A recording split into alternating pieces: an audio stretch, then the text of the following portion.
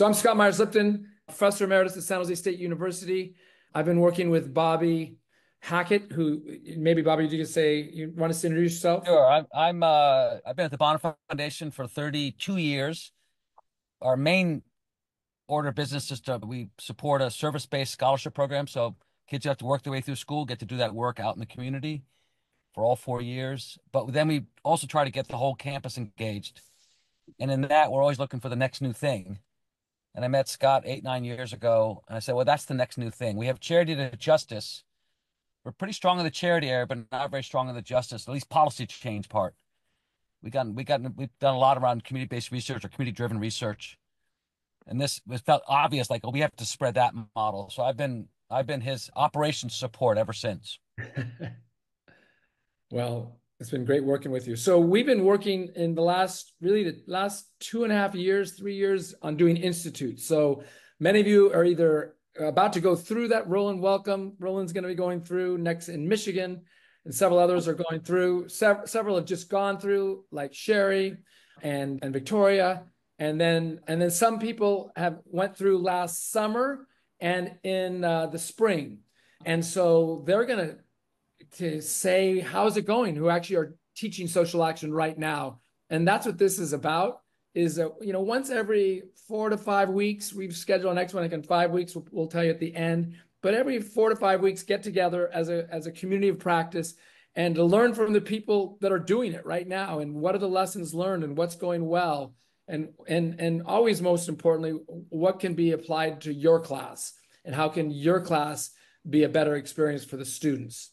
So that's why we're here. Super excited. We don't have time to do with everyone here to do introductions. It would just take too long, but super excited you're on the call. But hopefully you'll be able to, to participate as these people are speaking, to have a chance to ask them questions. And I'll do my very best to answer all, get to all the folks. Just raise your hand on that. It'll pair up. So we've got. And when you ask a question, at that point, you can just, it'd be good to say your name, your school, Yeah, that kind of thing. absolutely. So Austin, are you on? Austin has to go first, and Omotola is going to go last. So Austin and I put the names just so you saw, right? Austin is at Rhodes College. He's teaching a class right now called Introduction to Collective Change in Memphis. It's an urban planning class. And he went through, I believe, we were trying to figure out the very first institute we ever did, the summer of 2022. So it was your groundbreaking group, Austin. So go ahead, tell us about, and those are the questions. How's it going? What are you learning? What are your biggest successes so far and your biggest challenges? So Austin.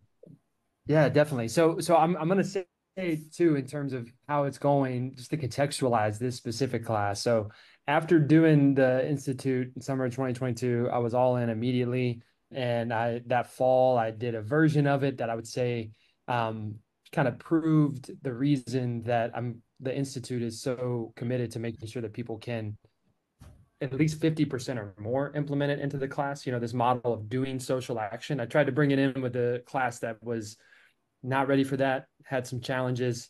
Tried a new last spring to a brand new class, an upper level urban studies class called Collective Urban Policy Change.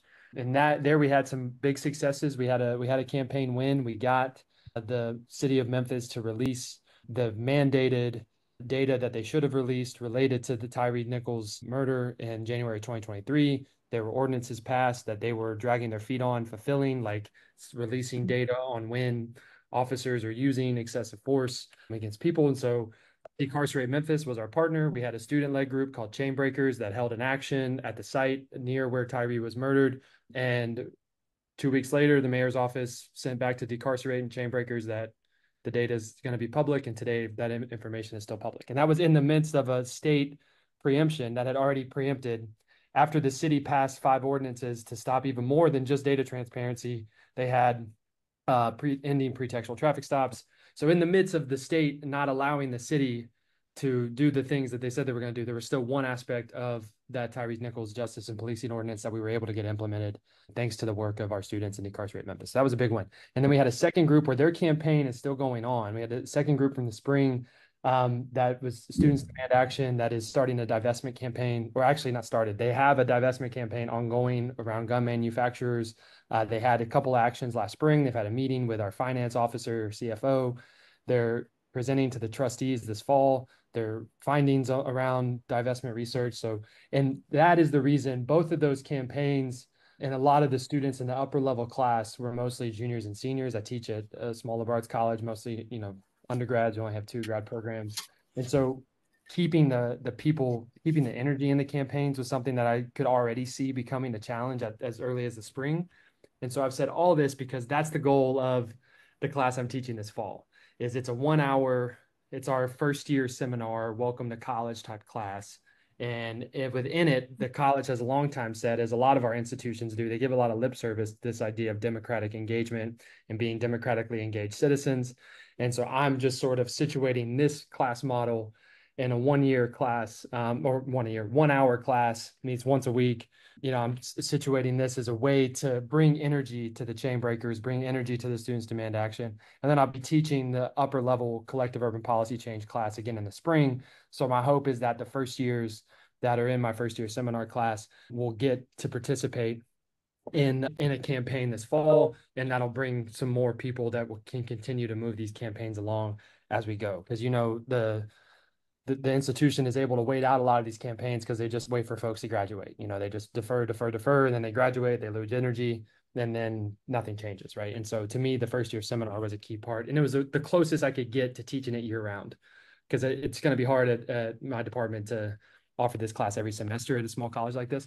But to answer some of the questions, how's it going? We're in the early days of identifying sort of campaigns. We have our campaign pitch, not this Monday, but the following Monday, September 30th. And that'll be Rhodes Students Demand Action, Chain Breakers. We're also going to probably have our SJP, Students for Justice in Palestine group, come and participate as well, because that's received a lot of interest from our first year students. So we'll have a few different campaigns on the 30th. And then these first years, as their project for the class, will either produce a campaign activity or action. Hopefully it'll be an action, but with 1 hour, it is tough to kind of go through the full model of this teaching social action sort of framework as it's been laid out by the Institute. So awesome. Thank you, Austin. Any questions? Maybe we can just ask him now. Any questions for Austin about his experience, about what he's learning? In absence of a question, oh, sorry, no, never mind. There is a question. Go ahead. Go, Rhea. Hello. I'm very happy to be here.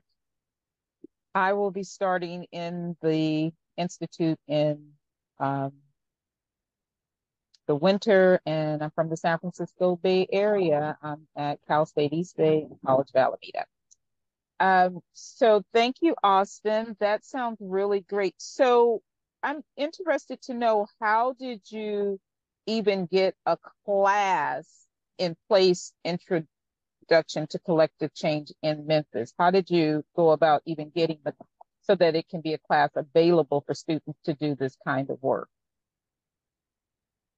Yeah, that's a great question, Rhea. And the short answer is it took some time. So that first time I went in summer 2022, I go to my chair immediately and I'm like, I got to teach this class. And the chair immediately says, well, hold on now.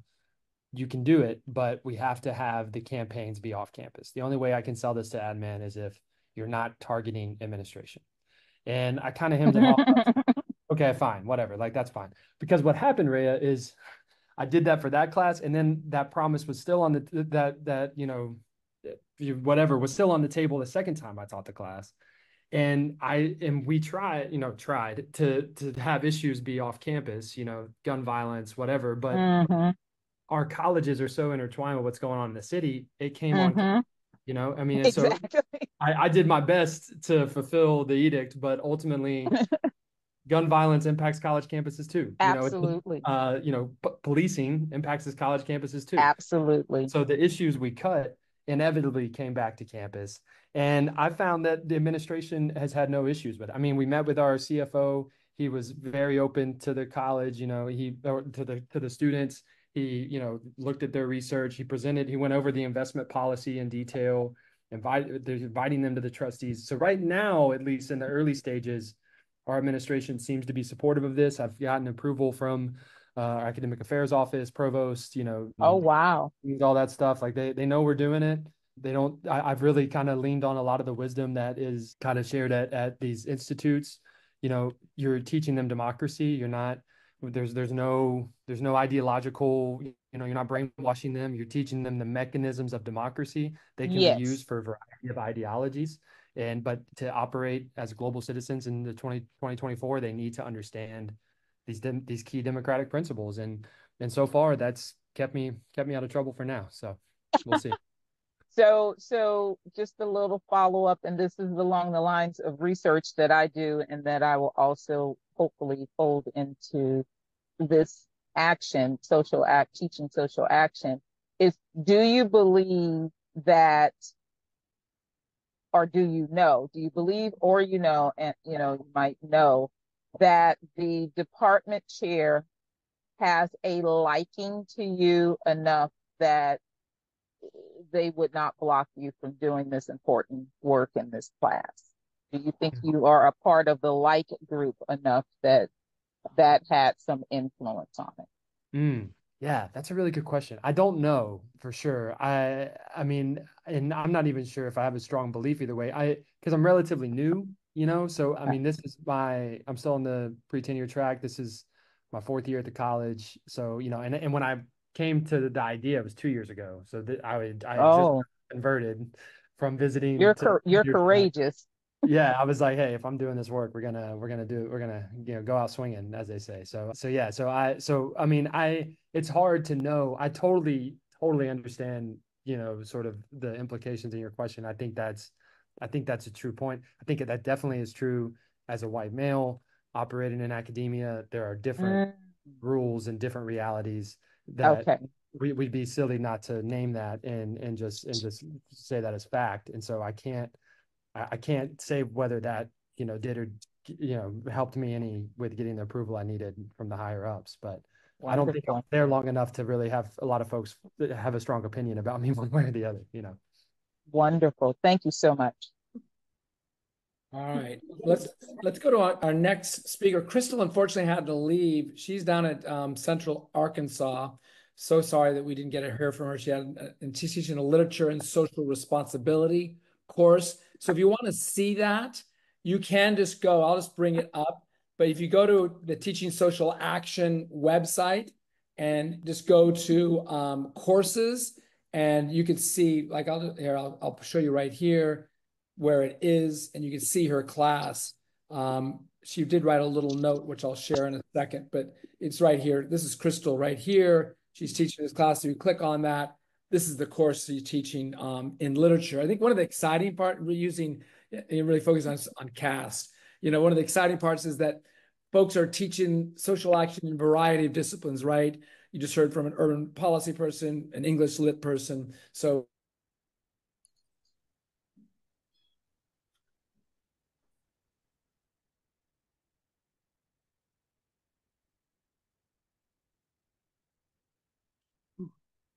We lose Scott. Travis is from Fresno State, teaching a macro seminar class in social work, and he went through in winter 2024, the Institute. So go for it, Travis. You cut out a little bit, but I'm glad to have an opportunity to just share, what I'm doing and how I've navigated this. So yeah, I definitely think that white male privilege is helpful in regard to navigating this, right? I think it's important. The other part of the reality is that I'm also not, well, let me just say that I'm encouraged by Austin's presentation because I waited till I had tenure to make these kinds of moves, and even now feel nervous and uneasy about this whole thing. And so I've brought the campaigns to my chair. I've brought the campaigns to my dean, and both times there was just a lot of caution being given to me by those two folks, right? And I do think, if that question was posed to me, I would say yes, I am in the liked group, So I do think that I have sort of political favor of those in administration. So that's another thing that's going my way as I head into this effort. I think that a couple of interesting things happen in my class. I've already reached out to Scott personally, and we had a phone conversation about this, but two things happened pretty early in the semester. The first is that the students petitioned me to not have to do it.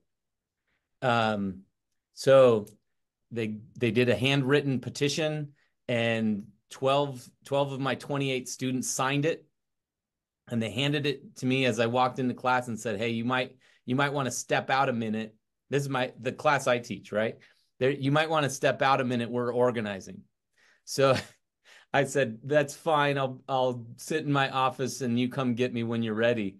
And so they came and got me, and they, here's the petition, here's what we're feeling and what we're thinking. And I said, I really appreciate that you all have paid attention so far. This is like week 2, right? Like this isn't like, didn't just barely happen. Like it happened like maybe the 3rd class period and two times a week. So I was glad that they had done it. The way that I handled that was to basically say, I'm going to back up just a tad. So over the last several years, I've had a practice of negotiating assignments with students. And so when I give a syllabus, I give them an opportunity the first or second day of class to talk about what their complaints are about the assignment. And so we decide kind of together or collectively if we're going to stick with the assignments that are in the syllabus or if we're going to go in a different path somehow. And so I won't necessarily radically change things, but I'll listen to what their concerns are and have a conversation with them about it. And so I think the petition's somewhat related to that practice that I have, where the students felt like this was a safe place to protest. And I did not want them to have a bad experience with their protest or their petition.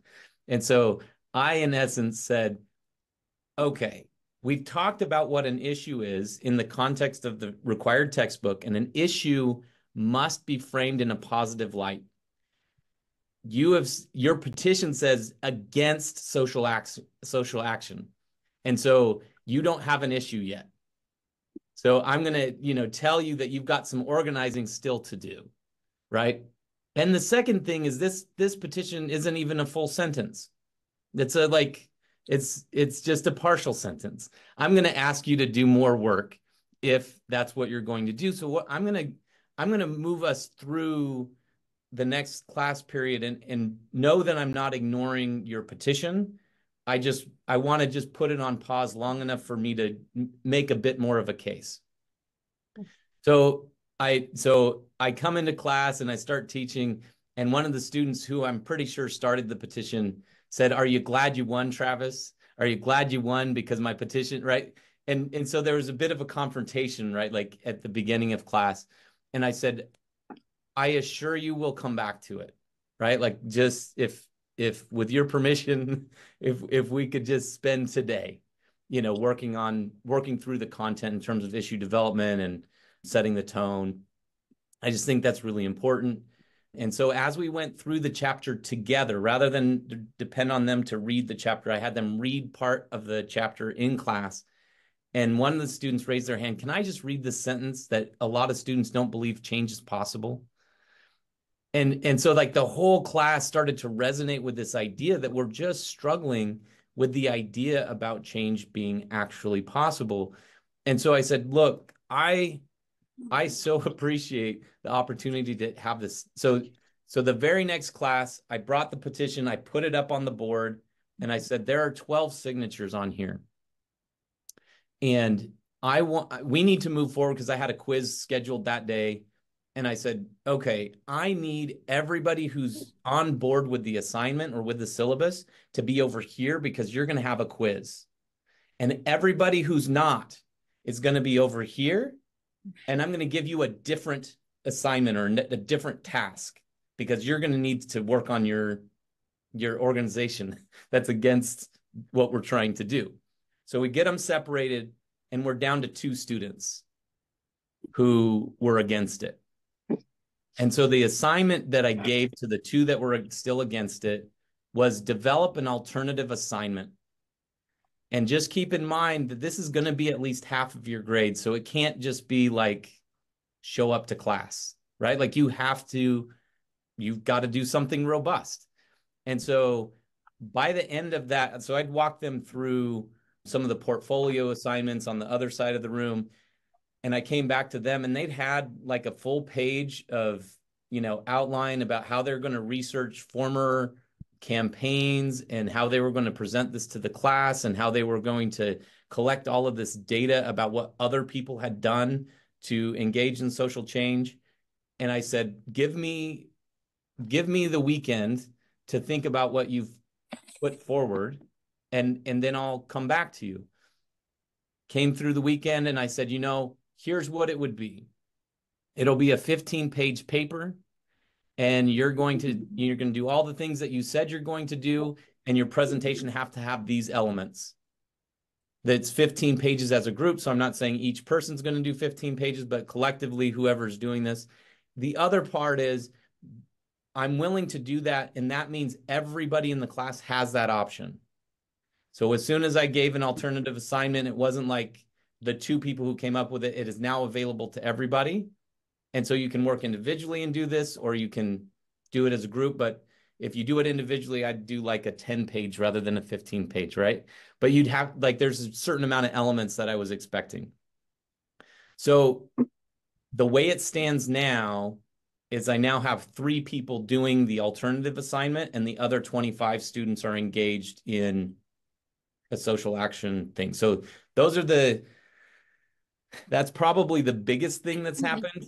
The other one that was just kind of more of a minor issue is I had 2 students that were so set on doing a specific thing. One is from Egypt, the other has family in Palestine. And they really wanted to do free speech, but they just couldn't get another classmate to join them. Okay, go ahead. Awesome. Any questions for Travis? And what a great demonstration of engaged pedagogy and co-creators of knowledge. Good job, Travis. Any questions for him? Fatima? I have a question for everyone here. I'm invited to this group by Victoria of Santa Monica College. And I just want to know if someone could give me a synopsis of what this is about. Well, let's do this. So this is a group on teaching social action. Yes, that's me. And that's one of the reasons I joined. So, but let's have questions for Travis right here, and then we'll come back to your question as we get through all the speakers. I'm going to send you a website you can go to and start reading about. I did. Great. So we'll come back to your question though. Thanks so much for that. But let's ask questions for Travis right here, and then we'll come back. Any questions for Travis? I just wanted to comment that like well done in terms of how you got them from 12 students to 3 students. That took a lot of like democratic process, and I just wanted to commend you for your steadfastness and still standing your ground in teaching the class through social action, but giving them the flexibility to say, okay, if you don't want these, then you have to come up with something, and letting them take the initiative. So well done. Thank you very much. Any other comments or questions? Since you've negotiated your syllabus before, how nervous were you that this first time doing this would go off the rails completely? So I think it's a great question. And I think that I said to the students when I walked in, I said, some of the background is I had some procrastination with implementing this. So Scott got a kind of a desperate text from me a day or 2 before the class started saying, hey, can you remind me where your syllabus is? Because I'm just struggling with how to put this into place. And, as responsive as Scott is, within an hour, I think he sent me the syllabus. So, and it's 8 o'clock at night. So at Pacific time. So anyway, I came into class and I said, look, if you don't want to do this, because we had, several of my students have had me before, right? And so I said, if this is really important, then I want you to understand that I will respect your organizing. I will expect, like, whatever it is that you pull together and decide as a group, we can go that. There's an old syllabus I could go back to, right? Like there's something we could do. But I also want you to know that if you protest, you kind of get me off the hook. And so I had a student ask me pretty immediately, would you like to be off the hook? And I said, I don't, right? I would not have brought I didn't have to be on the hook. I decided to. And so I'm hopeful that you don't let me off the hook, right? Like, I hope you hold me accountable for my position as a professor and to sort of put some, I want to figure this out together with you. So that was my pitch to them. And it helps that I had so many students that had taken me in for a course before, so that, we had some rapport having that conversation. Awesome. Maybe one last question, then we'll go to Omotola.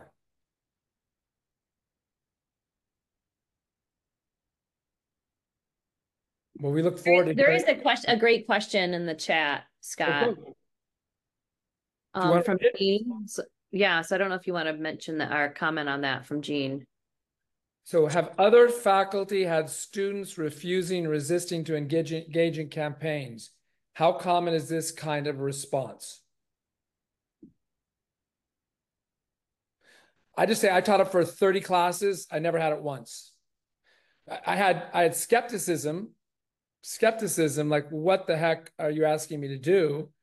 That for sure. But within the first 2 days of them actually starting to think about their issue, all that generally left. Now they were nervous, going back to Travis's, because early on, like in building power, like the first scene is like, they're going out and tabling, and they're nervous. They've never tabled in their lives. My students, who are mostly San Jose State University, mostly, working class students from, a lot, majority folks of color, that they've not done that. So yeah, nervous, but they overcame that. But that's the first time I've heard of it, Travis. But I think it might be unique because you set it up that way, right? So it's powerful, and I think you handle it beautifully. But you kind of, by giving them that option, they were like, "Yeah, let's do it." We'll see if it happens as we. But there's 14 other classes going, 14, 15, and that hasn't happened. So let's see how it goes. Yeah, I do think it's unique to the setup. So I think it's, that was part of my process, is to negotiate with folks. So. And I want to respond a little bit to Caitlin. Caitlin has this question about, they see it as a social justice, and it can be put in justice language for sure. And it can also be talked about like making the community better and understanding democracy. So I think we can use other language too to help our students get at what we're trying to do. Omotola. Yes. Hi, everyone. Can you hear me? We can hear you. And just say she's wonderful. Omotola is from Minnesota State, teaching a macro social work practice. And she went through the Memphis, Tennessee 2024 Institute. Yes, absolutely. I'm very happy to be here. So far, this is week 5 for me, or going into week 5 of teaching this class. Again, I was very nervous. At that time, I had not gotten any tenure or promotion, but I applied for tenure and promotion January of this year. And so it came true at the beginning of this academic year. So I'm now tenured, and I have my promotion to associate professor as well. But this is my first time teaching this class. But I was going to go for it, whether or not I got my tenure or promotion. So that was my first commitment to it. To say, no matter what, I'll push through. And then the first thing that happened this semester was there's a $8 million deficit going on within our university system. So now they started combining classes. So this class was supposed to be taught by 2 professors, 2 different classes. And now the dean sent an email saying that we have to pick who is going to teach this class this semester. And they almost wanted to give it to the other professor because he was more senior and all. But I advocated and fought for myself that there is no way I'm letting go of this class, that I have to teach it this semester because I went for this training. I spent a lot of time and energy rethinking the class, and the student wants me to rethink this class in this way. And so there was a lot of back and forth. But the day before my class, I was finally approved to teach this class. And then they combined the 2 sessions into one. And so instead of having like 16 to 17 students, I have about 28 to 30 students in my class. Decided that 32 people decided to leave school. So we now have 28 students in the class. And so that was the first big ordeal I had to face. Then I introduced the class. I was very upfront and honest with the student that this is the first time I'm teaching this class this way, that I went for a training. I have contact with the person who have taught it for 30 years and that is going to help me along the way as a consultant as we go forward as well. So I was very militantly transparent. I said, I don't know how this is going to be, but I know that change is always messy, so that they should embrace the mess. So that was the first thing I said, like, you have to embrace the mess. It's not going to be kumbaya and great and wonderful, that things might not go the way that we want, but we are going to try. That trying is not an option. And so that was like the first like class, like the way I set the tone for the class to say, whether we like it or not, we are going to do this. Like, I have the authority as the professor to teach this class however I wanted. I already fought for this class that I get to be the professor. So after that, so because we were also worried about the 25 hours of actively campaigning. That was the first big audio or question that they had, was like, we have students, we have other things, we have jobs. How are we supposed to do 25 hours? But I knew this might come up because I knew the kind of student that we had. So already in my syllabus, even when I was consulting with Scott before I started the class, I created like 4 or 5 class time where it's going to be protected, that you're supposed to meet for 2 hours, 45 minutes every week. So for 5 of those classes, we are not going to cover any content. I'll be here, I'll be present to consult, but they can also use that period to do their active campaigning as well. And so that's giving them like 10 hours out of the 25 hours that was required as part of class time. So I think that won them over as well and made it easier for them to be receptive to the idea. And then the second week of class was the week that they had to do, I came up with this idea that they had to do like a 2-minute elevator pitch to pitch their ideas or what an issue that they care about, that they were passionate about and they were interested in. So I went through, I did like I gave them like an outline of what an elevator pitch might look like and how they should go about it. And then they came to class and everybody had 2 to 2.5 minutes to pitch their interest and their idea. And then they were to vote. And the way that it's set, like at least you need 3 people to support your idea for you to become a group. So I said we can have as many groups as possible. We're 28. When we were 30, it could have been 10 groups, but we need at least 3 people. So 3 people have to say yes to that idea. And so I asked them to choose their first option of the idea they like, the second option and the third option. And so they submitted it after everybody went through it. And then the next class, I was able to now say, based on your first option or second option, these were the groups that were formed based on the ideas that people were interested in. And so that happened. And then a student asked that she wanted to speak and shared something. So apparently she read the book, Scott's book, and read like 2 chapters in advance. And she said something happened, that she has a son that is going to 5th grade. And there was an issue in their school like that. They've been suffering racism and discrimination. And that usually the son always tried to tell her, but she never listened. But they were cleaning out like the closet, and she realized that every single year since the son was in kindergarten, children of color were leaving the school, and it looks as if it was just her son alone that was left in that school.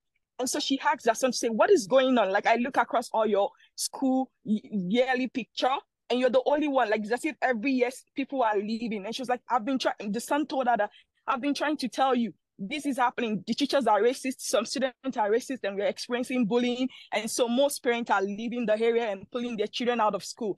To cut the long story short, so she decided to use what we've learned in class so far and what she had read in Scott's book. And so she went and talked to other family members. She had phone numbers of some of the other past students that were in that school but left. So she got evidence to show and prove that apparently racism and discrimination was a huge thing and nobody was doing anything about it. So she went ahead and asked to meet with the principal. That was our target. And so she was like, this is the target. This is my demand. Like, this has to stop, or you have to address this. And then also, where those that have been perpetrating these things, like, they have to be called to, like, they have to be held accountable. So at first, the principal was resistant and saying, no, there's no racism, there's no discrimination, but they showed our proof of what was said and things like some students that had phone film, some interaction.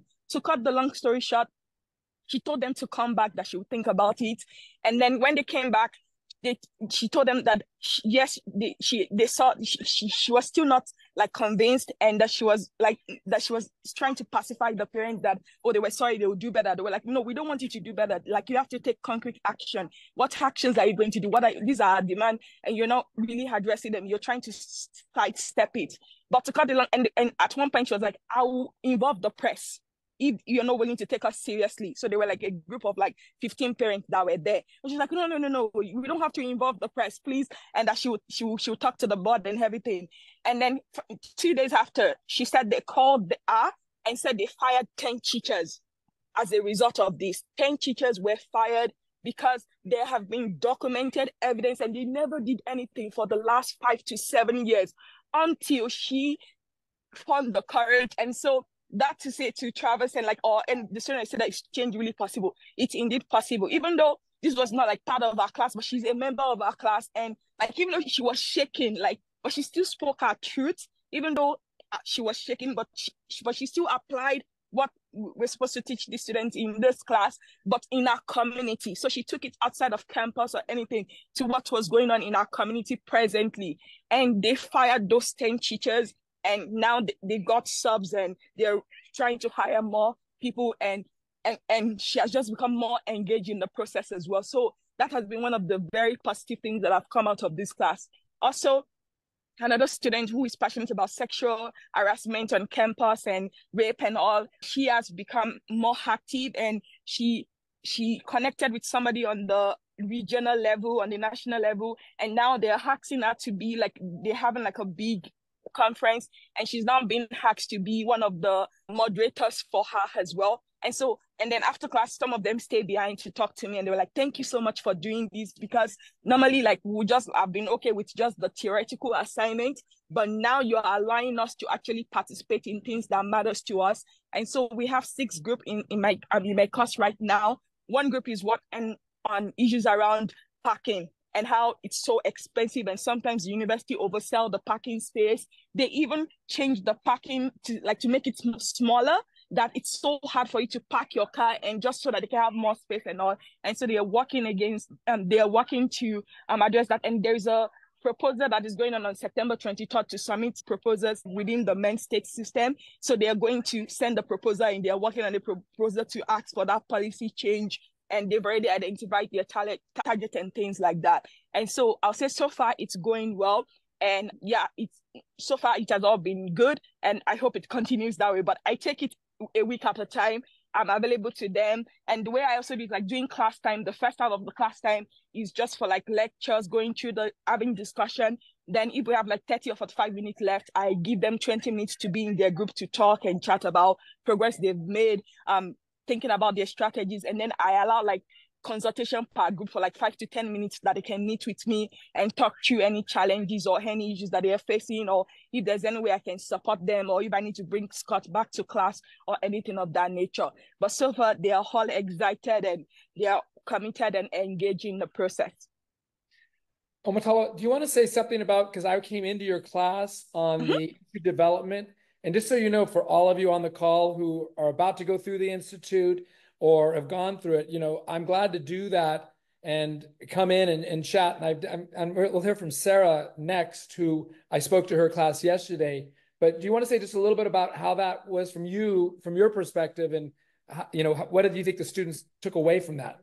Absolutely. Yeah, it was very helpful, because for most of their classes, and one of the students actually said that they've never met the authors of the books that they read. And so it was really nice for them to really meet somebody who wrote the book and get to ask him questions, or get for him to hear how they are using the knowledge of what they are reading in the textbook and practicalizing it to the issues and the things that they're passionate about. And so that was really very helpful. And then knowing that, okay, beyond me, again, I am a newbie in this process, but like knowing that Scott has 30 years of experience and he has done this, and that we can always have him as a resource like he offered, was also something that was helpful, because I'm sure that not everything is going to go well. Already the dean was sending me an email saying that, well, I know your students are working on some campaign, and for those that are on campus, we have an 8 million deficit. How are they supposed to? And I'm like, okay, thank you for letting me know. But again, I cannot force the student to choose an issue. They chose this issue and you chose to focus on the campus. And I'm sure that as they walk through this process, they will talk to the target and they'll see if they can figure out a way forward. But yes, I understand that there are issues with budgeting, but at the same time, but yes, it was really great to have Scott in class and just have his wealth of experience and for them to hear from him directly as well and put a face to the name on their textbook. Awesome. Thanks for that. Any questions for Omotola? And then we'd like to hear from Sarah, who's teaching right now as well. Omotola, any questions for her? It's not a question, but Omotola, all three of you, just completely inspiring. You know, it's just really, really great to hear. And I must feel as teacher, as a professor teaching a class, very different than anything you've done before. It just sounds like nothing could match that in terms of having that kind of impact so early in a semester even. Absolutely, yes. I have to rethink all of my classes going forward. How can I make it? Because again, students are yearning for at least based on what I've had, for that opportunity. Because sometimes the complaint they have, and why I took this seminar when I came was because for this particular class, for the last 2 years that I've been teaching it, we're like, we love the content, but how do we practicalize it? We don't want to just do theories and imagine a scenario in the future.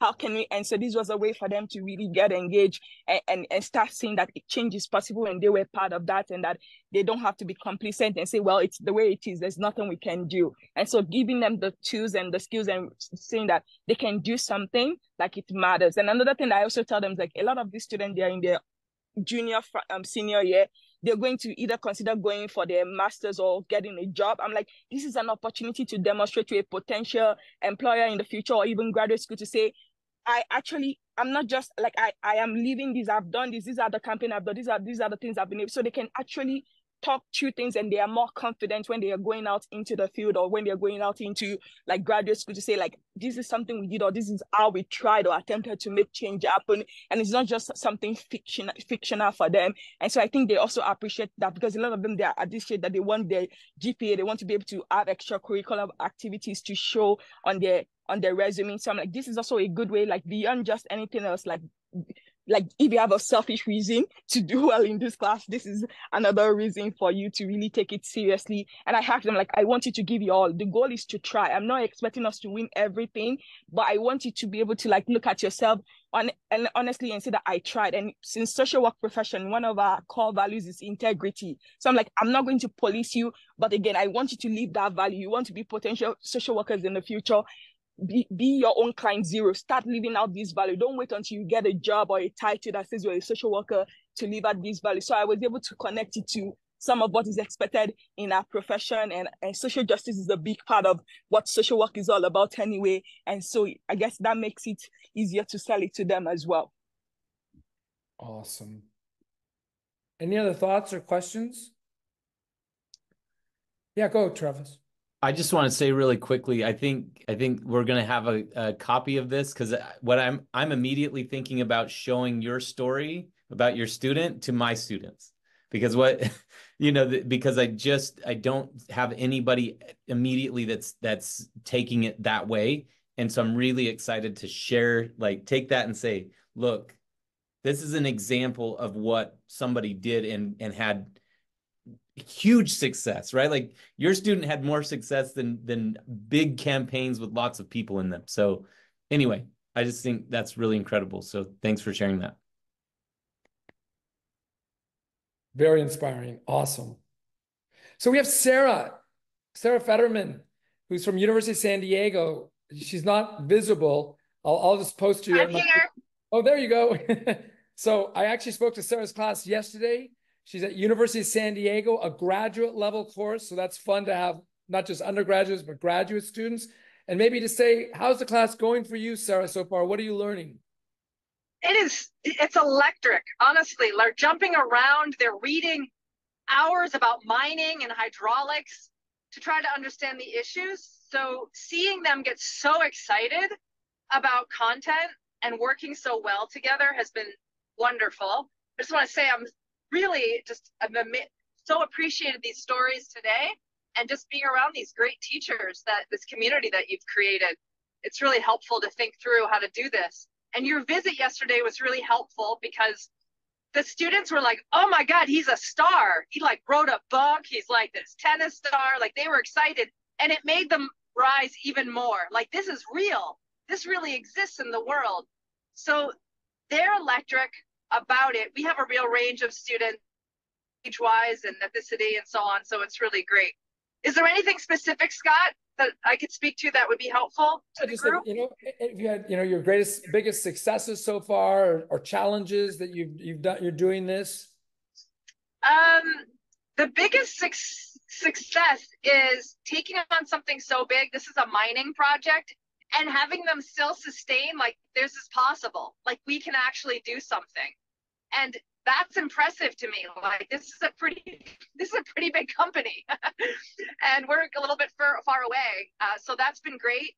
The challenge is, like, we just need more time to think together and to get everything coordinated. But I think we're working well as a group. So we'll see. We're 3 weeks in, but I've never, like, the motivation they have around learning about this is like unleash something in my classes that I'm now able to kind of bring to my other classes. So I'm looking forward to doing aspects of this in other classes as well. Awesome. So exciting. Any questions or thoughts what Sarah just said? Comments? Well, it was a pleasure talking to your students, and I'm super excited to see the mining project, just so you all know, is on the border between Mexico and Arizona. And they're moving like 6 million gallons of water out of a desert area a day. So the implications are huge, and these students are going to travel there. So it's a little challenge. That's a big challenge, I think, because they're going to travel there, and they're trying to build allies with people from that community. It's a small town, and then in Tucson as well. So we'll see how that progresses. And one of our hopes is, I'm kind of showing you we'll have up on your course websites for the ones that are teaching right now. We'll put the student campaigns, and then as you all send us the names of the campaigns, we'll then send back a link to you all, where then the students can then post on their student campaign site what's going on. So we'll be able to actually follow it kind of in real time, what's happening. And while that is on some level small with 13, 14 classes, the vision is soon we'll have 100 classes or 150 classes, and that people will be able to start communicating, the students in particular, across region, maybe nation, and hopefully globally. So we have a big vision, but we're starting here with you all. So we have a few experts who actually taught the class multiple, at least once. I don't know, is Cheyenne still there? Cheyenne, are you still on? Oh, yeah, Cheyenne, you're still on. Yep. And so but Cheyenne's one that I see right now. As someone and then there's a couple people who are about to teach it. Lee and Jason are about to teach, and there's probably more. Any thoughts about what you heard, Cheyenne, from what people are doing it right now? And I'm not sure when you're teaching it again, but maybe you're rethinking as it goes along. Yeah, I teach it every semester. And so I was in the Institute winter 2024 and taught immediately that spring, and I'm now teaching this fall, and I'll teach again next spring. So, I appreciate kind of the concerns up front, and I liked some of the questions in the chat in terms of like understanding the political and social context for which you teach in. I am at West Virginia University, and so it can be challenging at times in talking about or using frameworks around justice or frameworks around social change. And sometimes that can be just new or a little bit create some hesitation in students. And just like many of the speakers have illustrated and introduced, this is a nonpartisan kind of like free to choose an ideology of how to frame your campaign. And so last year I had 4 campaigns. 2 of them had won. One was really looking at decriminalization of marijuana in West Virginia, which is unpopular in West Virginia compared to like the states around it. But they added a presence on campus and added to a petition. And then one was working with Office of Accessibility Services, and you can look at more of this information on the website. But this year I have 2 campaigns. One's looking at we have a rail trail that runs through campus, so either safety or kind of litter and environmental cleanliness around that space. And the other one is looking at pedestrian use of sidewalks. And it's still in its early infancy, but there seems to be some momentum with the county really evaluating, Morgantown, West Virginia is extremely hilly and the roads are tight. And a lot of times there's not sidewalks on the roads. So it becomes a health hazard and pretty risky. So they're looking and exploring those 2 topics. And I'm energized by hearing some of the other speakers talk about the exciting thing that they're doing. But the class I teach is called Leadership in Action. So it very much caters to empowering students to do this type of work. And it's going well. I'm open to questions or also a source for support for you all. Awesome. I did not know, so I'm going to put up your website, the course up on because I thought you might be taking a semester off, so that's great to know. It's very exciting. And so as you get your student names, if you could send them to that, for all the other people, if you get your names of your campaigns, send them. So there's a bunch of people that are on as well who are about to go through the Institute. I just talked to. I'm exciting to see you, Vita, and that's exciting. And Elaine, several people just in the last days I've spoken to. Jesse is another. And any thoughts or reflections? Or Sherry, who just went through, literally Sherry and Victoria just went through it in Washington just 2 weeks ago, and now you're hearing from the community. And any thoughts or questions or reflections? Oh, Victoria, go. I just have a question to those who've spoken and have already implemented this in your classes. Do you suggest to the students to look at the website, Scott's website under campaigns, to get ideas for campaigns, or do they come up with them right away on their own? Travis? Oh, I can speak. Sorry. Can I quickly say I was able to ask them to, I didn't show them the website first. I wanted them to first think of their own idea and the issue that matters to them first and foremost, and then ask them to do like an elevator pitch. So after that, then I gave them the website link for them to go check out what other students have done. Others?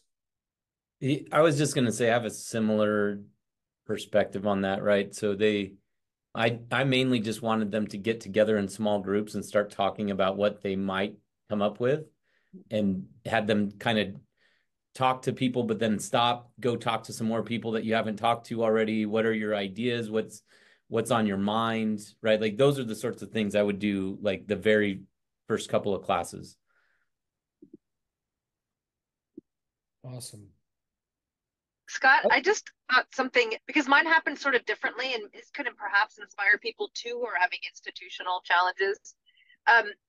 Mine grew out of a train class that I took students across the country on a train, and we stopped off and studied conflicts, and students were so excited about this one conflict. They wanted to have a class on social action about this conflict.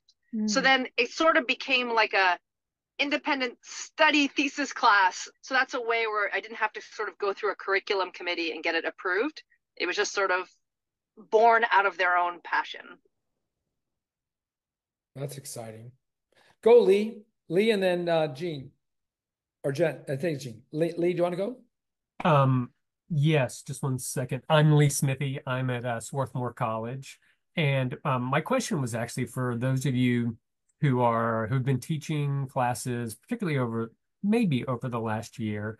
The political climate on campuses, change over time. At Swarthmore, it's pretty hot at the moment. We've had encampments this past year, and even this semester, there's a lot of students on, having to deal with disciplinary hearings and all that sort of thing. Things are a bit tense, let's say. And I'm just curious and maybe this question is for folks who have taught the class, maybe Cheyenne, who have taught the class multiple times across some of these, waves that our institutions experience. Has it been easier or harder at some times? Any tips on how to pitch or frame your class depending on the moment, I guess is the question I'm trying to ask. Yeah, Lee, I think that's a great question, and there's not necessarily an easy answer for it. I will say the projects, students, what I'm experiencing is that students are very reluctant to go into that territory, a very political territory. There seems to be a tendency to side with things that are more harmonious, non-conflict.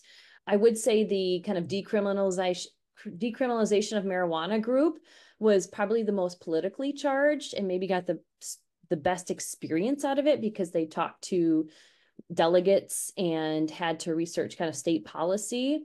But it is getting, I would say, just the temperature of politics right now, it's making it more difficult. And some things that I've created, I've tried to be really detailed in my syllabus to help kind of lay a foundation, framing it around democracy. These are practices you to exercise and learn your power. But it also helps to, like Travis mentioned, having conversations with administrators and deans and letting them know in advance that you are stirring up perhaps some things on campus and that this might be expected. So I think getting ahead of it, like with letters or meetings with your administrators, can be helpful, but the students themselves, this is truly student driven, and students are electing to choose much cooler topics, at least in my experience. Thank you, Cheyenne. I just posted some language that Bobby and I wrote particularly for the people in the South that are having challenges. And so we talked about it in terms of, rather than DEI and just social justice, but this is about improving campus and community life. So it kind of gives some language. So we're trying to figure out ways to continue to do things we want to do on campuses that might be hostile. Jean, please. Yeah, so thanks for the invite to this group, Scott. I'm at Elizabethtown College, and I've been teaching an abbreviated version of a social action class asynchronously online in the summer. It's kind of nuts. They don't really do the action part of it. But I think one way I could get toward action is to abbreviate the part where they develop the issues and maybe give them issues. And I guess I'm trying to struggle with, I guess I'd like your opinion on how important is it to give them an issue that they're personally invested in. Like, I want them to come up with their own issue, but to save time, it might be nice to be like, here's an issue that's already going. Do you want to take the reins and run with it? And I just wondered if others have had experience. Do people really resist and not do it as well as they could if they're not as personally invested? Or how do you get them personally invested? Yeah. So in Change, I addressed that exact point and saying that it's better for students to be personally invested. It makes more interested, but sometimes it's not their personal issue. It's outside their own. It doesn't affect them, but they still see an injustice and want to be involved. So it can happen. It's just they're more likely, in my experience, to lose interest than if they chose something that was directly impacting their life. So I think it can happen. And also for time, I just talked to a professor who's teaching a 7-week class and wants to do it. So we brainstormed, how could we do it? And one of the ways you can do it is you take issue development, talk about it for a class, but then have students select ongoing campaigns that are happening that they're invited into. They might pitch that on one day and the students select them. And what I say is the students create a student wing of that campaign. Otherwise, if they don't create a student wing, then a lot of times they don't get a leadership experience. So if you go through the Institute, I'll explain that more, but they create a student wing, and that can work. It can take away 2 to 3 weeks of time. And if time is of essence, like in some of these are very short quarters, and we're trying to adapt to that compared to mine, which was 15 weeks. Scott, can you just talk for a second in the same area, how you can find other campaigns, but you're not actually recommending or say, here's the campaign that I'm recommending you choose, or here's a couple to choose, because there's danger there. Yeah, so I just put out an email to all the community organizations. We have a nonprofit of nonprofits in our valley. So I have that nonprofit blasted out to the 300 nonprofits. So I can, with that say, look, I reached out to all types of organizations, not just ones that I actually do send. I do ask the NAACP if they have a campaign. I do ask Community Service Center, which is a community action program. There are some regular people that are doing policy. I will ask, but a lot of times they come in and they don't get selected. I'm not choosing them. It's the students that choose. I think it's like a great campaign, but they didn't choose it. So they have the choice. And I think it's that choice that allows you to continue to do the work because you're not driving it. The students are choosing. Whatever they choose is fine, as long in my work, in my class, it was, can't be outside the Declaration of Human Rights. It can't be, it has to be nonviolent in word and deed. So there were some parameters to it too. Thank you. So it's kind of getting later or past the one. So maybe any last comments before we I do want to tell you about the upcoming. One of the things we always ask people is to talk to your colleagues and tell them about this amazing community that we have, and say, if you want to be a part, invite them into it. Whether the most important thing is they apply to an institute. And there's a few of you that haven't applied. I would really encourage you to apply. Or I've got Lisa, I've got your application. But for us, it's like, do our expectations match yours? It seems like it does, but that then gets the 2 books sent to you. Thank you, Bonner Foundation, for making that happen, and gets you into the institute, and you're off. So please, if you were interested, we'd love to have that and let folks know. And Victoria did a great job this last week educating a whole other group of other faculty. And it's really how we've grown so far and so fast is that faculty. Jason, I'm not sure you can hear me, but Jason went through the Memphis Institute in the spring, got so excited, said, I want you to come to my campus. I'm coming to Rollins College, his campus, for the Florida Institute. We just started recruiting. We already have 3 accepted and 3 more that we've got applications. So that's up and running. So please ask your folks to apply. We've got the Rollins Institute and Florida Institute coming up in the spring. We're coming back to Memphis with Austin.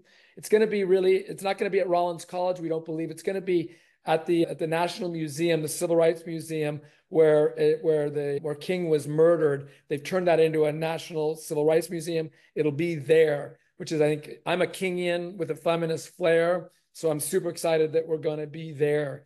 And many more are in the works. We got one possibly at Notre Dame, one at Portland State. I'm traveling to the UK. I'm not expecting you to invite people unless you know people in England or Europe to come to that. So please let people know. That's my pitch about that. So any last comments from the folks Sherry, who just went through, and a few others have just gone through, Victoria too, or Elaine, who's just about to go through, or Jesse? I just want to say that I'm super excited that a curriculum like this is available to all of us, and I can't wait to get started and get my colleagues involved. And it is what students want. Awesome. Anyone else? Well, we're going to meet again in 5 weeks. So put it on your calendar. It's, what's the date, Bobby? I don't have it right in front of me. October. Can you put it in there? I think I got it here somewhere. We're going to meet on October 25th, 3 p.m., same time. And it's a great way. You can invite, people who, by the way, I am going to reach out to that person, Fatima. I've got a phone call scheduled with her. So she was invited by Victoria to come, and awesome, bring people in, but we're not going to spend time here going over the very basics. But I reached out to her, and I'm going to have a phone conversation and tell her all about our work. But that's our next Zoom meetup, October 25th at 3 p.m. Eastern Standard. And for the people that are teaching, Cheyenne and others, or Travis, send us your campaign names, and then we will create that link. And super excited about Lee's about to start, as well as a few others are going to be starting up in the spring. So, and Jason, I know, is going to start. So super excited. Any last comments? All right. For those currently teaching, we'll send you a link to upload the campaign names demands. We'll do that right away. And for the people I don't know, like David, I didn't know you. Have you applied to anything? Did I just miss something? No, I applied already, I think a few weeks ago. Oh, good. And which one are you coming to?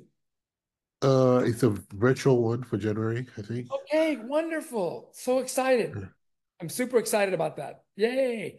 Well, that's wonderful. Super excited you've applied. And, as I tell everyone, once you applied, get one more person from your campus to apply. Because one of the challenges for us is we start these campaigns and we need to keep them going. And one of the ways to keep them going, and when you're not teaching it, is have other people on your campus to teach social action in their discipline. And those campaigns can move if the students want to select them. So please consider that too. Yeah. Is there a possibility of creating some kind of flyer about, like a recruiting flyer? Because I don't reach all of my campus faculty, but I could send something out. Yeah, we could do that. We can create a flyer for like all of them. Yeah, just, join a social action training. These are the reasons why. Something like that, just some kind of marketing flyer. Yeah. Well, how about this? We'll create one, and Bobby and I, and maybe we'll send it to you. And if anyone else wants to see it, get some ideas, and then we'll send it to y'all. Awesome. It's a great idea. Thank you. All right, everyone. Thank you. Bye.